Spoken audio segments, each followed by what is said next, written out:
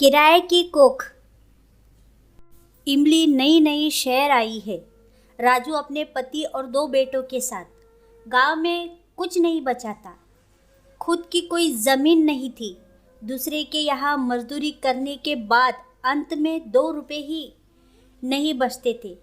बच्चे बड़े हो रहे थे तो काम की तलाश में शहर आ गए, पर शहर में भी वही हाल था। अकेला राजू उतना नहीं कमा पाता था कि इमली अपने बच्चों को स्कूल भेज पाए। सुबह सुबह वो सड़क पर सभी बच्चों को स्कूल जाते देखती तो बड़ी हुक सी उठती उसके दिल में कि काश उसके बच्चे भी स्कूल जा पाते। पड़ोस की औरतें पास ही बनी कॉलोनी में घर का काम करने जाया करती थी। राजू से पूछकर उसने भी अपने पड़ोसिन से उसके लिए भी काम की बात करने को कहा। कुछ दिन बाद ही पड़ोसन उसे एक घर में ले गई थी। बहुत बड़ा घर था।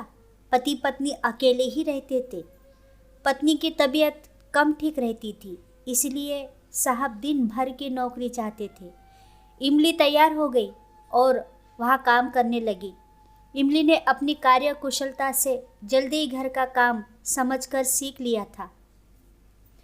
वो मेम साहब और साहब का पसंद का खूब ध्यान रखती। मेम साहब ने उसे खाना बनाना भी सिखा दिया था। इमली होशियार थी तो जल्दी सीख भी जाती थी और मैडम को भी उसे सिखाना भी अच्छा लगता था। साहब और मेम साहब अच्छे स्वभाव के थे, बस खुश नहीं रहते थे क्योंकि मेम साहब को कोई बच्चा नहीं था। इस अवसाद की वजह से मेम साहब को पैनिक अटैक आते थे और वो बीमार रहती थी। लेकिन जब वो सही रहती थी तब वो और इमली ढेर सारी बातें करते थे। मेम साहब ने इमली को अब थोड़ा थोड़ा पढ़ाना भी सिखा दिया था। एक दिन इमली ने मेम साहब से हिम्मत करके पूछा, मेम साहब क्यों नहीं है आपके बच्चे? कितनी सुंदर और कितनी अच्छी तो दिखती हो आप, क्या कमी है आप में? मेम साहब ने उसे बताया कि उनका गर्भाशय बच्चों को रोक नहीं पाता है, बहुत कमज़ोर है। वो माँ बन सकती है अगर कोई औरत उनके बच्चे को अपनी कोख में पाल ले तो। इमली को बड़ा आश्चर्य हुआ, ऐसे कैसे हो सकता है? हाय राम, कितना गंदा काम है ये। मेम साहब ने उसे समझाया, नहीं नहीं, ये वैसा नहीं होता है जैसे तुम सोच रही हो।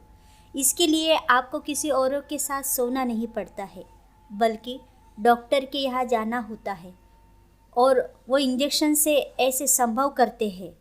मेम साहब ने उसे कहा, इमली तुम स्वस्थ हो, अच्छी हो, अगर तुम चाहो तो मैं माँ बन सकती हूँ। मैं बहुत दिन से कहना चाह रही थी पर मेरी हिम्मत नहीं हुई। आज तुमने पूछा तो मैं भी हिम्मत करके पूछ ही लिया। तुम्हें परेशान होने की बिल्कुल ज़रूरत नहीं है। तुम मेरे साथ डॉक्टर के यहाँ चलना, वो तुम्हें सब समझा देंगी और फिर तुम राजी हो तभी हाँ करना। इमली को ऐसे किसी मांग की अपेक्षा न थी। वो एकदम से बोली, नहीं मेम साहब, राजू कभी नहीं मानेगा और हमें साथ भी नहीं रखेगा। नहीं नहीं, मैं ये कैसे कर सकती हूँ?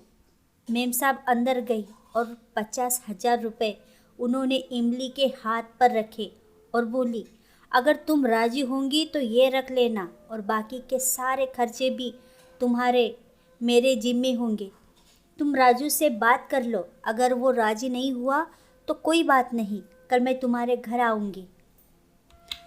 इमली ने राजू से कहा तो वो कहने लगा, ये अमीर लोग हैं, इनको क्या ठिकाना, ये बस अपना काम निकलवाना जानते हैं और तुम्हें कुछ हो गया तो? नहीं नहीं, ऐसा कुछ नहीं करना हमें।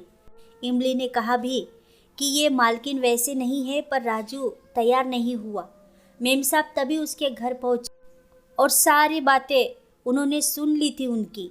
मेम साहब ने राजू से भी वही कहा कि वो लोग एक बार डॉक्टर से मिल ले, अगर फिर भी उनको सही नहीं लगेगा तो उन्हें ऐसा कुछ भी करने की ज़रूरत नहीं है। राजू और इमली आज डॉक्टर के पास आए थे। डॉक्टर ने जब उन्हें समझाया तो वो समझ तो गए थे पर काफ़ी संशय में भी थे। तभी मेम साहब बाहर आती है और इमली से कहती है कि वो कल से बस्ती छोड़कर उनके यहाँ रहने के लिए आ जाए, राजू और बच्चों को लेकर। साथ ही उनके हाथ में 1 लाख रुपए भी रख देती है बच्चों की पढ़ाई और बाकी चीज़ों के लिए। राजू और इमली मैडम की कोठी में ही रहने लगते हैं। बाहर बने सर्वेंट क्वार्टर में मैडम वहाँ इमली के लिए टीवी, एसी, फ्रिज सभी कुछ रखवा देती है और बच्चों को दाखिला भी अच्छे स्कूल में करा दिया जाता है। इमली का 7वां महीना लग चुका है। जैसे जैसे समय बीत रहा इमली का बच्चे से लगाव बढ़ता जा रहा है। उसे समझ नहीं आता कि वो करे तो क्या करे, किससे कहे। राजू ने मैडम से मिले पैसे से किराए की दुकान खोल ली है और आसपास कॉलोनी होने की वजह से उसकी दुकान अच्छी चल निकली है, तो राजू तो बहुत खुश रहता है। इमली के दिन रात इसी कश्मकश में बीतते हैं कि कैसे वो इस बच्चे को अपने से अलग कर पाएंगी। वो दिन भी आता है जब इमली को बच्चा होना है। वो दर्द में है। आधी बेहोशी में भी उसे सिर्फ यही चिंता खाए जा रही है कि वो इस बच्चे की ममता को कैसे छुपाएंगी। ऑपरेशन थिएटर में इमली बच्चे को जन्म दे रही है। मैडम उसके साथ ही है।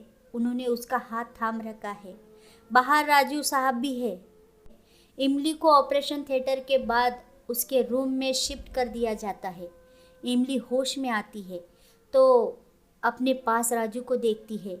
उसकी आंखें बच्चे को ढूंढती है पर उसे बच्चा कहीं नहीं दिखाई दे रहा है। वो सवालिया नज़रों से राजू को देखती है। राजू इमली को लेकर घर आ जाता है और उसे लेकर सीधे घर में आता है, ना कि सर्वेंट क्वार्टर में। इमली की मेम साहब और साहब अपने बच्चे को लेकर हमेशा हमेशा के लिए विदेश जाकर बस गए हैं। ये घर वो राजू और इमली के लिए छोड़ गए हैं। यहाँ वो अपने दोनों बेटों और राजू के साथ आराम से रह सकती है। तो दोस्तों, आपको ये कहानी कैसी लगी प्लीज़ कमेंट बॉक्स में ज़रूर लिखिएगा। Thank you.